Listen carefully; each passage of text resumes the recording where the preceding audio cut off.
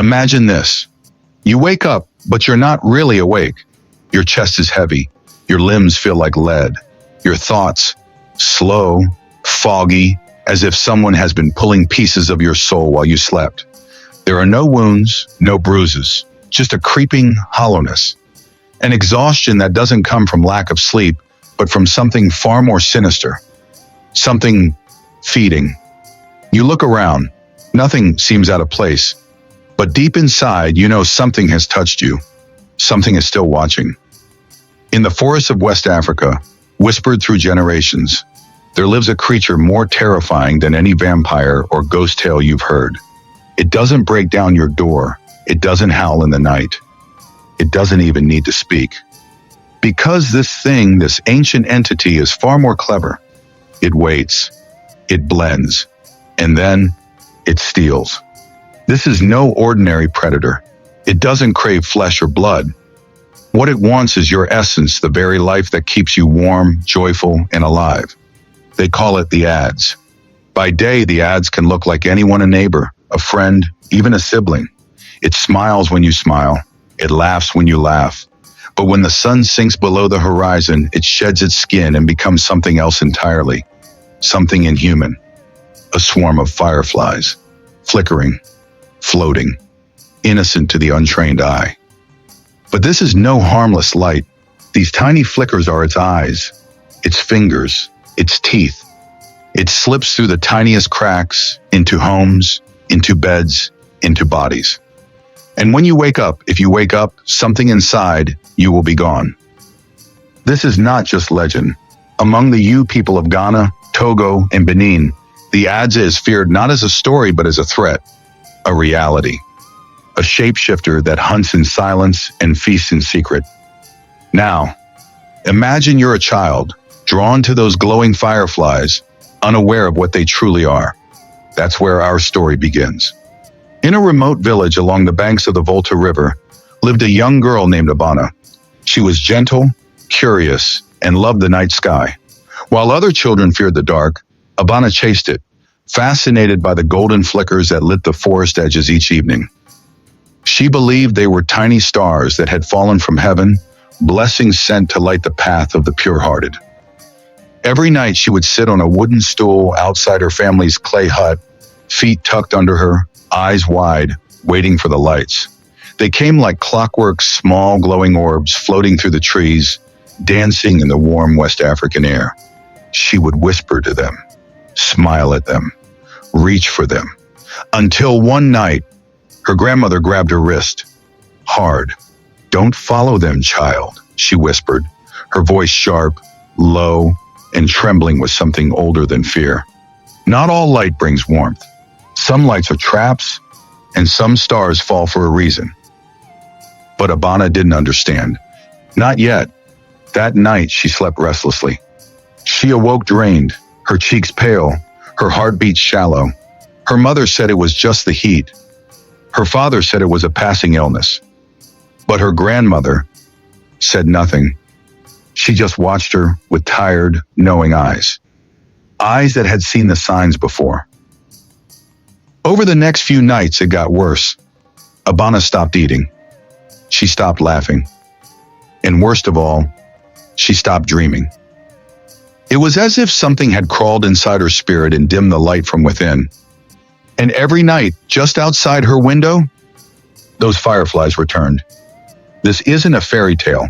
It's not a bedtime story meant to scare children into obedience. This is one of West Africa's most haunting legends, and it's told by people who believe the Adze doesn't just live in stories.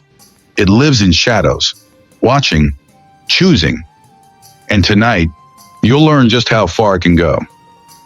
I'm your narrator, and this is Folk Tales Cinema, where myth meets mystery, and ancient stories breathe with dark, haunting truth.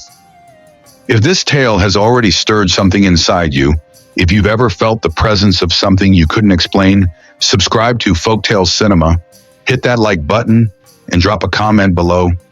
Have you ever seen something in the dark that didn't make sense? Something you still can't explain? We read every comment, and sometimes the stories you share are even stranger than the ones we tell. So, don't go anywhere.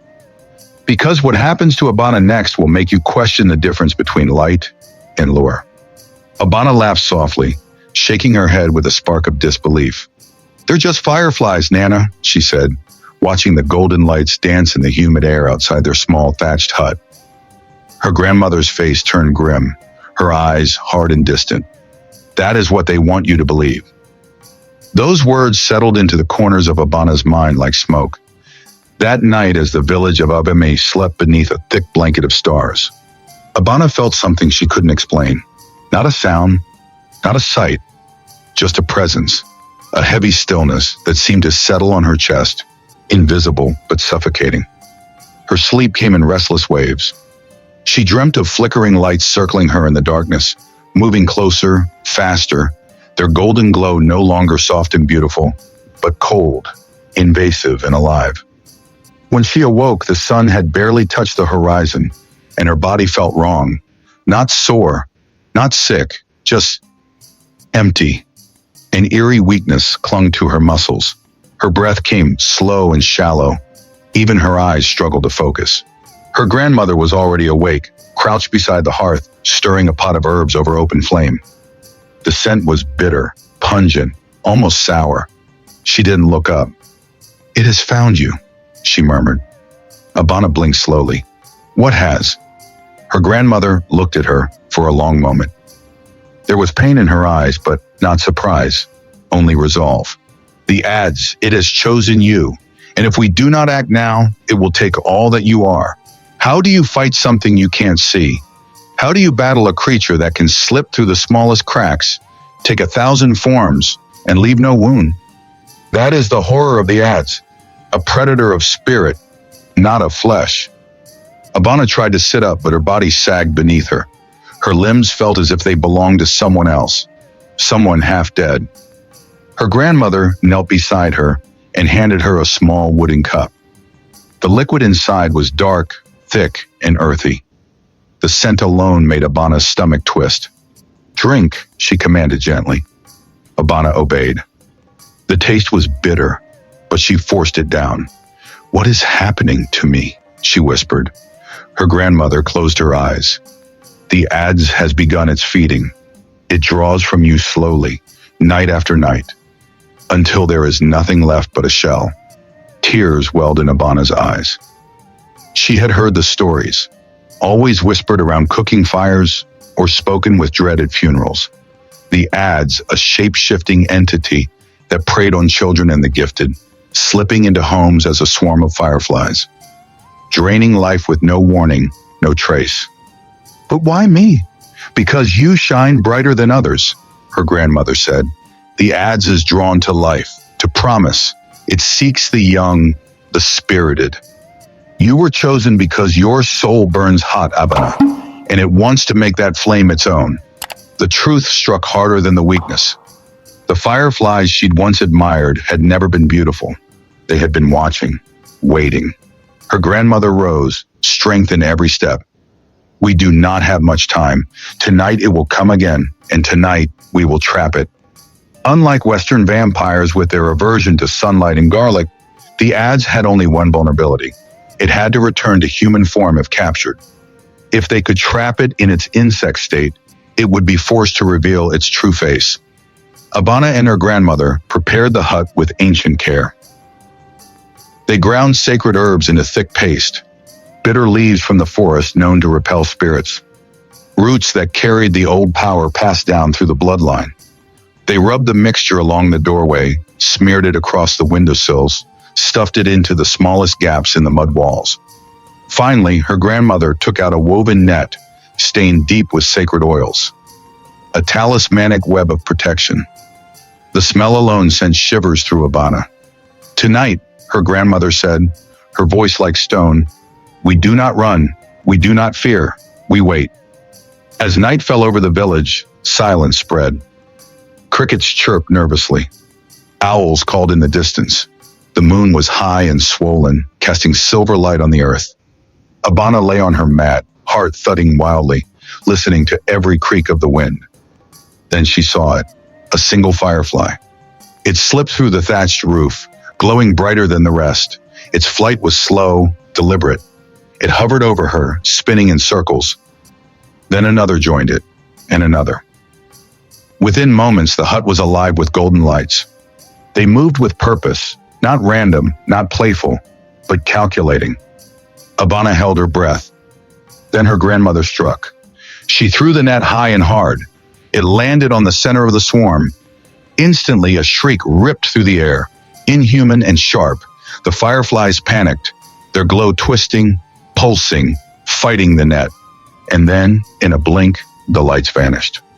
What remained under the net was not an insect. It was a man. His body convulsed beneath the sacred fibers. His skin glistened with sweat. His eyes burned with something unnatural. "You should not have done that," he growled. Abana gasped. She knew this man. He was not a stranger.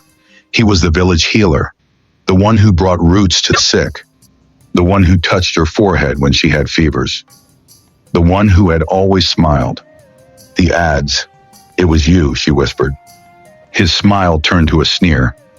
"It's not what you think," he hissed. "I was not always like this. The curse was passed to me. I did not ask for it. But now you must choose, child. Will you destroy me or become like me?" Her grandmother did not flinch. She stepped forward, took a handful of the sacred powder, and tossed it onto his body. His flesh sizzled. Smoke rose. He let out a shriek that shattered the silence. His form flickered. Man, Firefly, man again. His limbs twisted. His voice cracked. "You are bound to the dark," her grandmother intoned, "but tonight your reign ends." He writhed one final time, his body glowing with a painful intensity, then crumbled to ash beneath the net. Silence returned. Abana collapsed into her grandmother's arms, weak but free. The room still smelled of smoke and ash, but the heaviness had lifted. The Adze was gone. Or so they thought. With a trembling hand and centuries of wisdom behind her eyes, Abana's grandmother reached into her pouch and scattered the last sacred ingredient, the black ash of burnt protective charms. The moment it touched the net, the air in the hut shifted. It crackled, pulsed, charged with invisible energy. The temperature dropped. And then, as though his very being had lost all meaning, Kwame's body began to collapse inward. His form twisted one final time, his scream now more spirit than sound, and in an instant he was gone.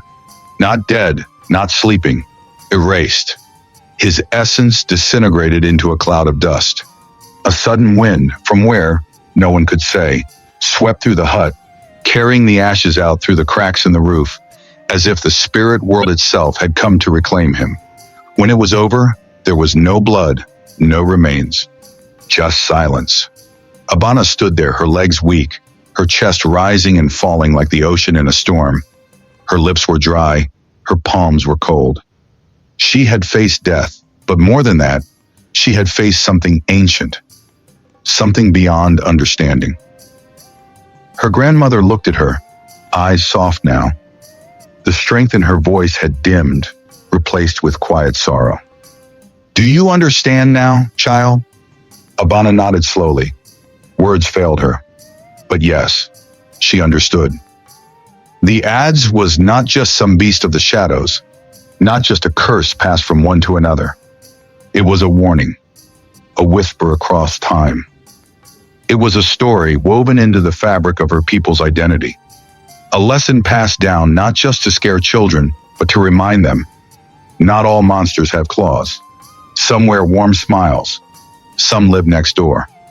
And not every light in the night sky is a star. In the days that followed, the village of Avami stirred with hushed murmurs. The healer's sudden disappearance became the subject of careful conversations behind closed doors. But no one dared speak the truth aloud. The elders, however, said nothing. They didn't need to. They knew. They always knew. Some truths lived between the folds of silence, in the spaces where the living dare not tread. Abana walked through the village with a new awareness. She still smiled. She still played. But her eyes had changed. She saw differently now.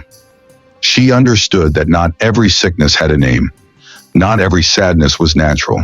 and not every kind gesture was born of good intention. She had seen what many only feared in dreams, and survived it. The legend of the Adze, told through whispers and fireside chants, carries more than just fear. It speaks of balance, the sacred balance between light and shadow, between giving and taking, between healing and harm. In many African spiritual traditions, illness is rarely seen as random. Misfortune, especially sudden or unexplained suffering, is often attributed to deeper causes: spiritual imbalance, jealousy, or the intrusion of dark forces. The Adze, with its ability to wear human skin and steal life silently, is a living metaphor for that danger. It represents envy. It represents unchecked hunger for energy, youth, beauty, or promise. And it reminds communities to be vigilant, not just of the supernatural, but of each other. Even today, this ancient creature still casts its long shadow. In Ghana, Togo, and parts of Benin, some believe the Adze never truly disappears, that it merely moves on, seeking another soul bright enough to feed on. It enters homes not with violence, but with familiarity. It comes not as a beast in the woods, but as someone known, trusted. That is what makes it terrifying. In the Western world, vampires are creatures of blood and fangs. They seduce and kill. But the Adze whispers. It watches. It waits. It drains. It takes without permission. And when it leaves no bite marks, only emptiness. The legend teaches not just fear, but protection. Protect your energy. Protect your children. Protect your spirit. And never trust a glow in the night just because it looks like beauty. Because sometimes beauty is bait. Abana and her grandmother became quiet guardians of their village. People would come to her hut, asking for herbs, for healing, for guidance. The grandmother would listen. She always listened, but behind her eyes, she was watching. Watching for flickers of light where they didn't belong. Watching for smiles that held too much hunger. And Abana, she grew. Stronger. Wiser. Her brush with the Adze didn't leave her broken. It left her forged. She would often sit by the fire with the younger children of the village gathered around her. They loved her stories. But there was one she always told with a little extra weight in her voice. The story of the Adze. Not just to frighten them, but to warn them. Because no matter how modern the world becomes, no matter how many new gods or gadgets are born, some dangers are eternal. And some shadows stretch farther than time. The fireflies still came every night. And every night, Abana would watch them. Not with fear, but with understanding. The tale of the Adze is not simply a myth, but a reflection of a deeper truth. It asks us, who among us steals joy from others? Who draws strength from another's pain? Who pretends to help while secretly harming? Sometimes the monsters in our stories are not creatures at all. They are human. And so, as the wind whispers through the trees and the moon casts her pale light over the village paths, remember, some stories are not just meant to be told. They are meant to be remembered. Folk tales. Cinema invites you to think about this. What would you do if the person you trusted most was the one draining you from the inside out? Have you ever felt tired? Not from work, not from stress, but as if something was taking from you slowly, night after night? Tell us in the comments below what other African legends you want us to uncover. There are so many still hidden in the shadows. If you love exploring the dark, mysterious, and hauntingly beautiful stories of Africa, don't forget to like this video, subscribe to Folktales Cinema, and turn on your notifications. A new tale drops every single week, because in the heart of every myth is a truth that still watches, and sometimes it watches you. Good night.